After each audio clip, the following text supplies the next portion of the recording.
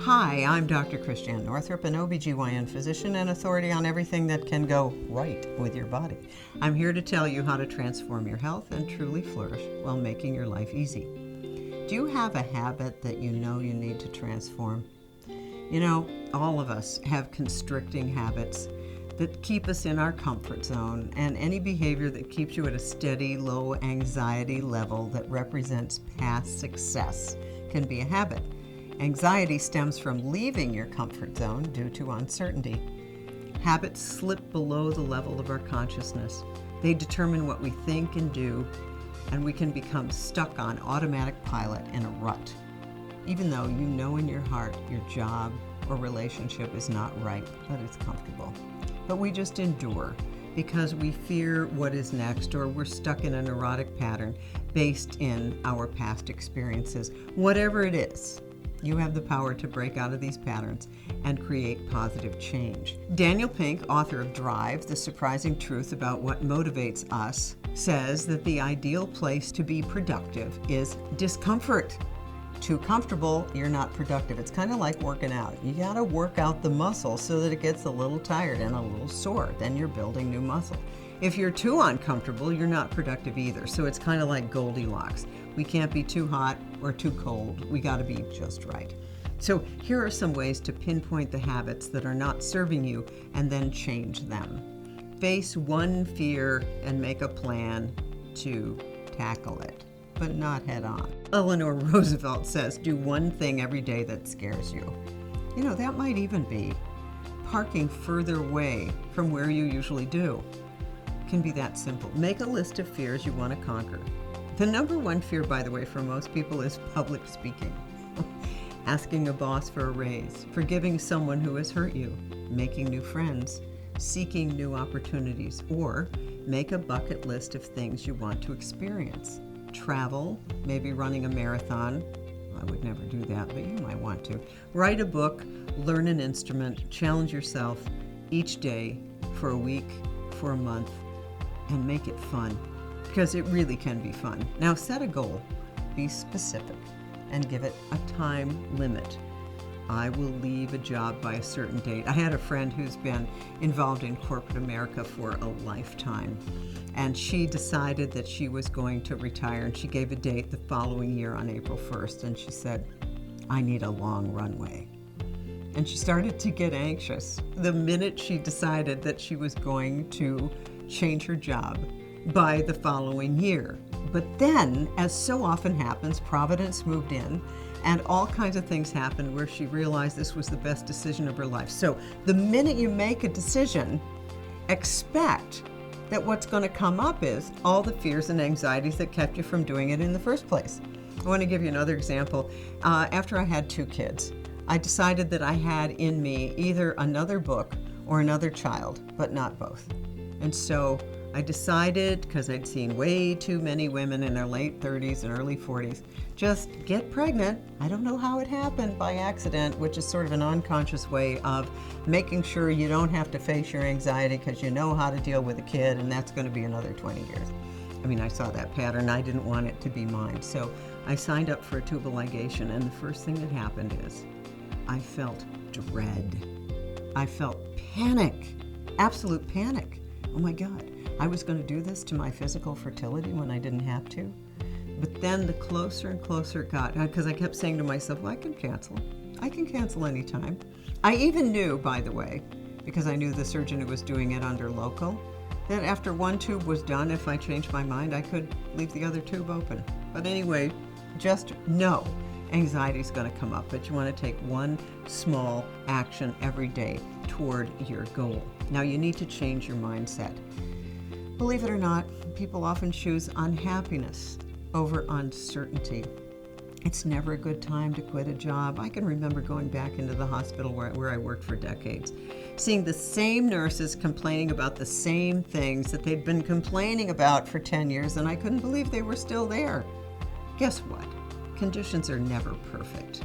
Who do you want to become? So, you can say affirmations, you can create a vision board, You can write goals, you can read inspirational messages. You got to create a new belief system. No time like the present. Now, I had always wanted to dance Argentine tango, but was there ever a good time? No. Was the learning curve steep? Yes. I had to put it in my calendar. This is the time. These are the lessons. These are the practices. And then go. Was it easy? No. Frankly, a lot of it was harder than med school because, no one says, oh, this is the curriculum for a midlife woman to learn Argentine tango. You take these classes and then at the end of this you get a certificate and then you go in and everyone will dance with you. No, it's not like that. It's never like that unless you're in college or something. Anyway, let me give you some ways to try to do this. Change your look. Sometimes if you just change the outer appearance, the inner appearance changes. Your interior world, your thoughts and your beliefs are a reflection of your external world and vice versa. Do you struggle with self-confidence? Do you play down your appearance? One of the things you can do is do the course of Carol Tuttle's Dress Your Truth. I loved it. You can learn to wear brighter clothing or the clothing that matches your energy, get a new hairstyle, and this sends a powerful message to your inner self that you are strong, capable, and worthy. And make sure you're around friends who support you. Have a tough conversation with a friend, a loved one, a coworker, something that bothers you in the relationship. Difficult people need to leave your life. Can I tell you something? You usually cannot have a difficult conversation with a narcissist. It's just not going to work. So chances are you've tried to have those difficult conversations. They don't work. Better to get them out of your life.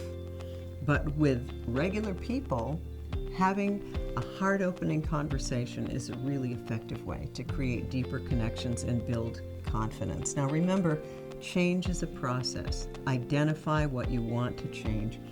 Ask yourself these questions developed by my colleague and friend, Dr. Mario Martinez, author of The Mind-Body Code. Who taught you to think or be what you want to change? The cultural editors, your parents, your work, your spouse. They are cultural editors. He points out that we co-author each other's biology and we become who our parents want us to become. Who will you be and who will you have to disappoint when you change? I kind of love that chapter title from Cheryl Richardson's book on radical self-care. The title is, Let Me Disappoint You. You're never going to get anywhere in your life without disappointing some of the cultural editors. So let me disappoint you. Then stop explaining yourself to others. Let me give you a good phrase. Ready? When someone asks you to do something you don't want to do, I simply can't. Just can't. I simply can't. Here's another good one. Okay, this works for difficult people. I don't know why. I just don't know. I don't know. I simply can't. See, then if you're kind of like Teflon then, nothing sticks.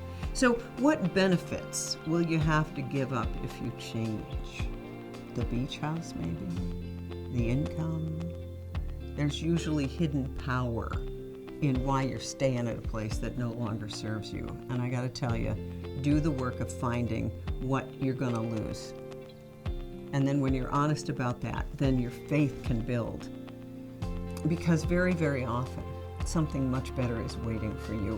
When I went through a divorce, I had this wonderful Joseph Campbell quote, "We have to give up the life that we had planned in order to welcome the life that is waiting for us." I had no idea what was coming next after 25 years.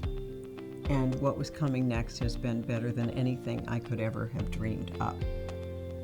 But on many levels, it would have been easier to stay because that path was very well worn by generations. So, with whom do you need to share your change? You need to create a subculture of wellness. That's people, places, and things that actually support your wellness. What a concept.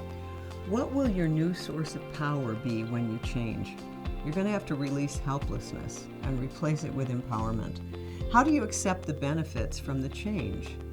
You've got to be in touch with your worthiness to embrace good fortune when it comes your way. Remember, unacknowledged good turns to shit.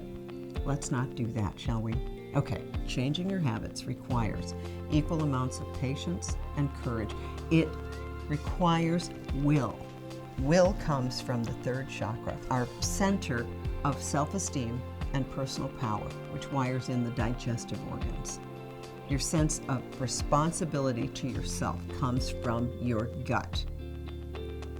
Now, your self-esteem and your personal power will increase when you decide to live up to your personal potential. So, make the change. It's worth it every time. For more inspirational tips, visit my blog and explore drnorthup.com, where you will find wisdom for your body, mind, and spirit, and discover the connection between your thoughts, your beliefs, your physical health, and your life circumstances, because that connection's always there. And remember, you have the power to create the life of your dreams, the body of your dreams, and achieving this can be easier than you think.